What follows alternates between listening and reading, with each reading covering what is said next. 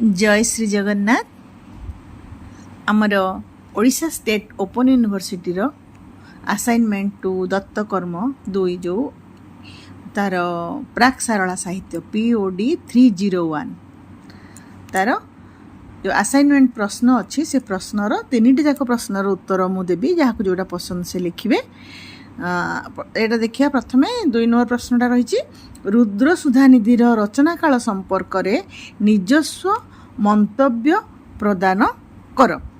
पिला माने आमे जहाँ भी प्रश्न लिखिबा जदि तक आमे पॉइंट करी करी लिखिबा तेबे ताहा अधिक ग्रहणीय हेबे एवं भल मध्य लागिबो।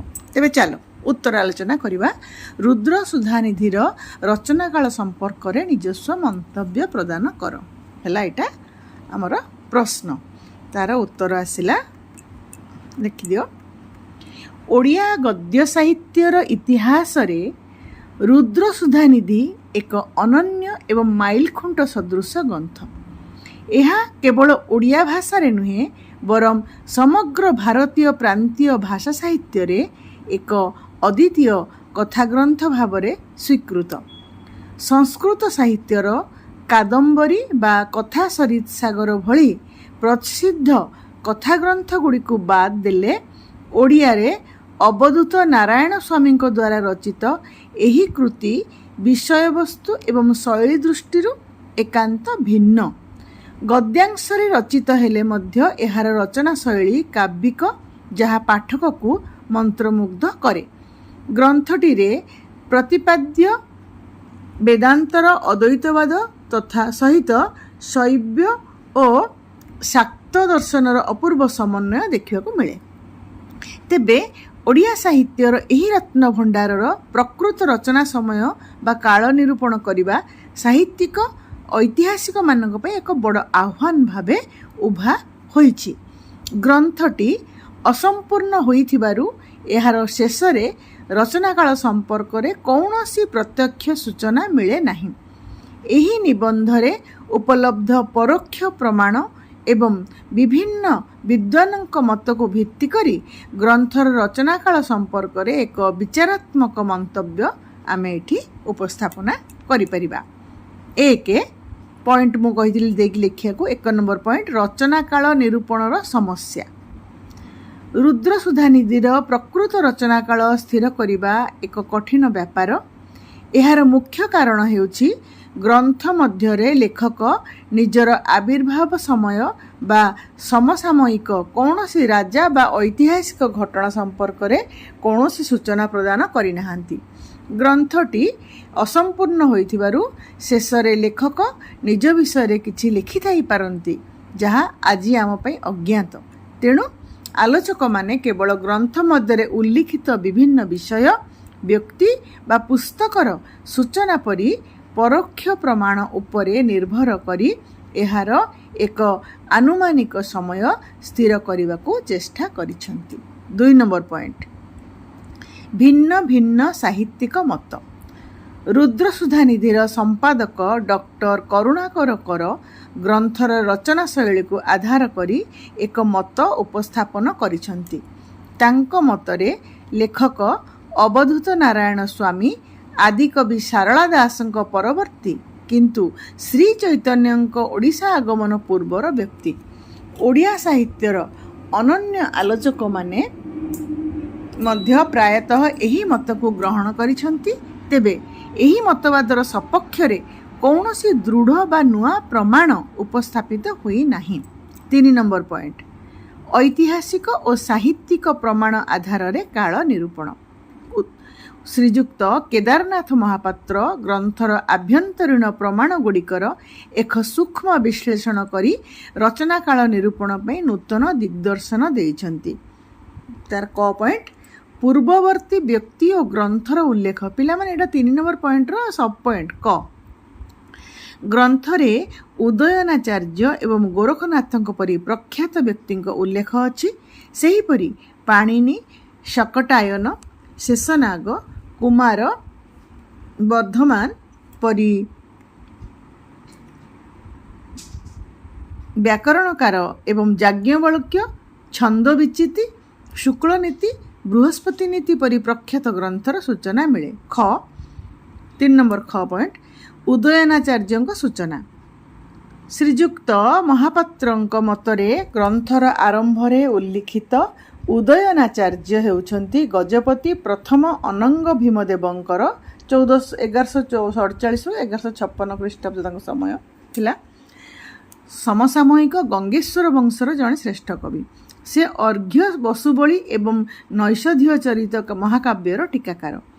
ଗ୍ରନ୍ଥର ଲେଖକ ନାରାୟଣାନନ୍ଦ ନିଜକୁ ଏହି ଉଦୟନାଚାର୍ଯ୍ୟଙ୍କର ପରି ସ୍ଥାପନ କରିବାକୁ ଚେଷ୍ଟା କରିଥାଇପାରନ୍ତି ବା ତାଙ୍କୁ ସ୍ମରଣ କରିଥାଇପାରନ୍ତି। ଯଦିଓ ଏହା ଏକ ଅନୁମାନ, କିନ୍ତୁ ଏହା ସୂଚାଏ ଯେ ଗ୍ରନ୍ଥର ରଚନା ନିଶ୍ଚିତ ଭାବରେ ଦ୍ୱାଦଶ ବା ତ୍ରୟୋଦଶ ଶତାବ୍ଦୀର ପରବର୍ତ୍ତୀ ସମୟରେ ହୋଇଛି। ଆଉ ଗୋଟେ ପଏଣ୍ଟ ତାର 3 ନମ୍ବର ଖ ଗଲା। ପଏଣ୍ଟ ପରବର୍ତ୍ତୀ ଗ୍ରନ୍ଥର ଉଲ୍ଲେଖ। ଗ୍ରନ୍ଥରେ ପ୍ରାକୃତ ପିଙ୍ଗଳ ଏବଂ କୌତୁକ ଚିନ୍ତାମଣି ପରି ପରବର୍ତ୍ତୀ କାଳର ଗ୍ରନ୍ଥର ସୂଚନା ମିଳେ। ପ୍ରାକୃତ ପିଙ୍ଗଳର ରଚନା କାଳ ପଞ୍ଚଦଶ ଶତକର ପ୍ରଥମ ଭାଗ ବୋଲି ଧରାଯାଏ। ତେଣୁ ରୁଦ୍ରସୁଧାନିଧି ନିଶ୍ଚିତ ଭାବରେ ଏହି ସମୟର ବା ପଞ୍ଚଦଶ ଶତାବ୍ଦୀ ପରବର୍ତ୍ତୀ କାଳର କୃତି।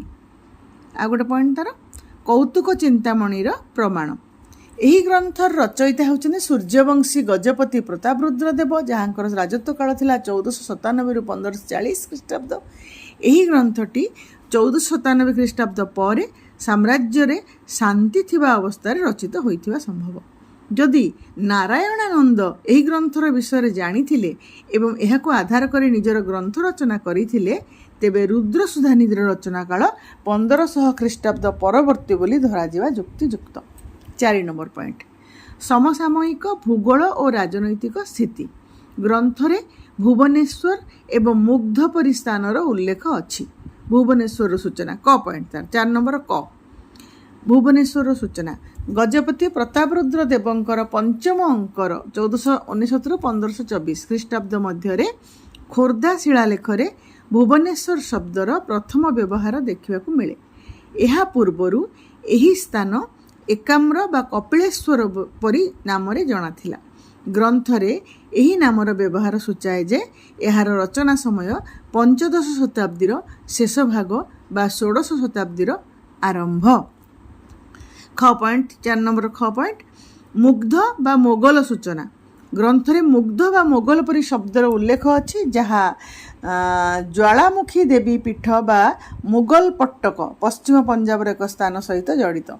ଐତିହାସିକମାନଙ୍କ ମତରେ ବାବରଙ୍କ ଆଗମନ ପୂର୍ବରୁ ବା 1519 ଖ୍ରୀଷ୍ଟାବ୍ଦ ପୂର୍ବରୁ ପଶ୍ଚିମ ପଞ୍ଜାବରେ ମୋଗଲମାନଙ୍କର ଏକ ସ୍ଥାୟୀ ବସତି ନଥିଲା।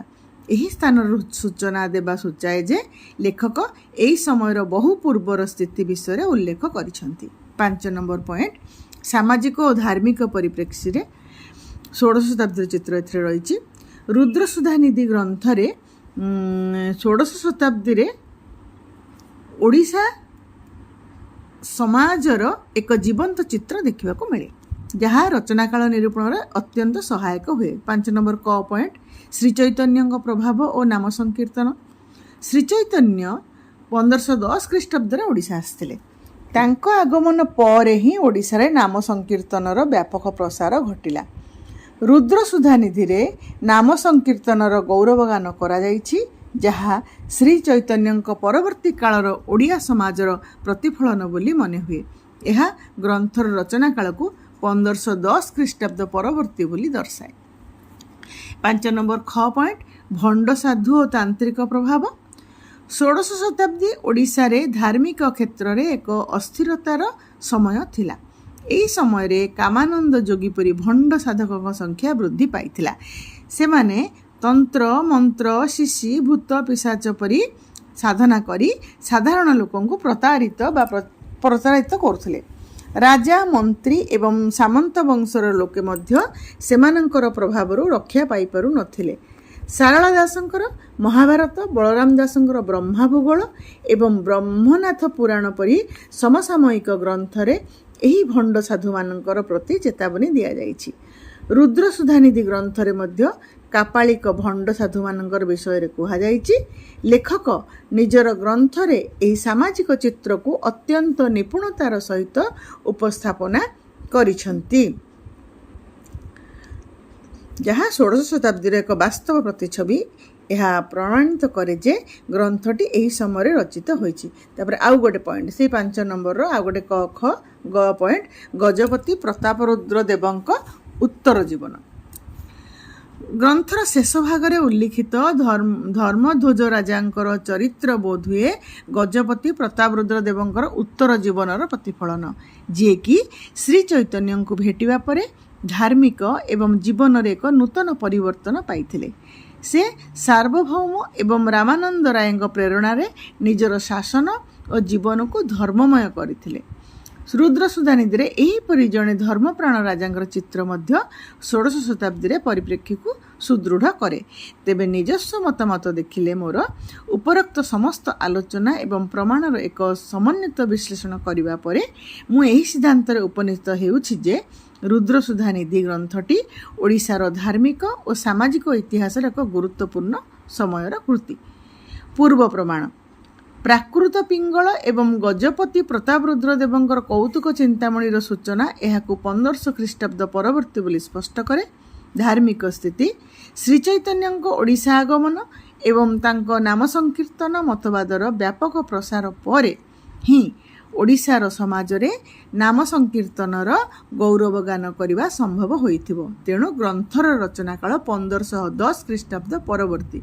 सामाजिक चित्र ग्रंथरे वर्णित भंड साधु और तांत्रिक मानकर विषय 16 शताब्दीर ओडिशा समाजर एक वास्तव चित्र। बलराम दास परी समसामयिक कवि मानकर रचना रे मध्य एही चित्र देखिबाकू मिले। यह प्रमाणित करे जे ग्रंथटी एही समय खंडर एक सृष्टि। राजनैतिक भूगोल बाबरंकर 1519 ख्रीष्टाब्दर आगमन पूर्वर पश्चिम पंजाब मोगल स्थिति विषय उल्लेख करने मध्य एही समय खंड को दृढ़ करे।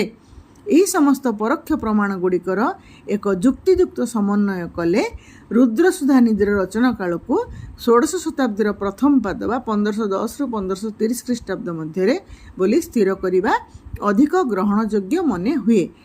यह गजपति प्रतापरुद्र देवंकर राजत्वर शेष समय एवं श्रीचैतन्य ओडिशा रे धार्मिक और सांस्कृतिक प्रभावर चरम समय।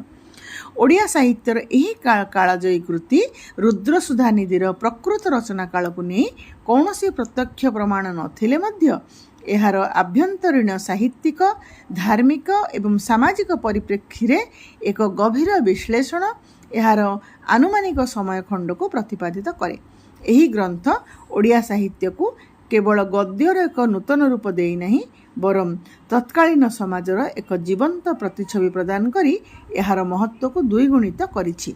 एहार रचना काल जहाँ होई थाउ ना कहीं एहा एक प्राचीन परिमार्जित एवं महत् अमूल्य ग्रंथ रत्न भावे सर्वदा ओडिया साहित्य रे आदृत होई रहिबो। आरो दुईटा क्वेश्चन और अन्य क्वेश्चन गुड़ाक असाइनमेंट मु देवाक चेष्टा करुच्ची।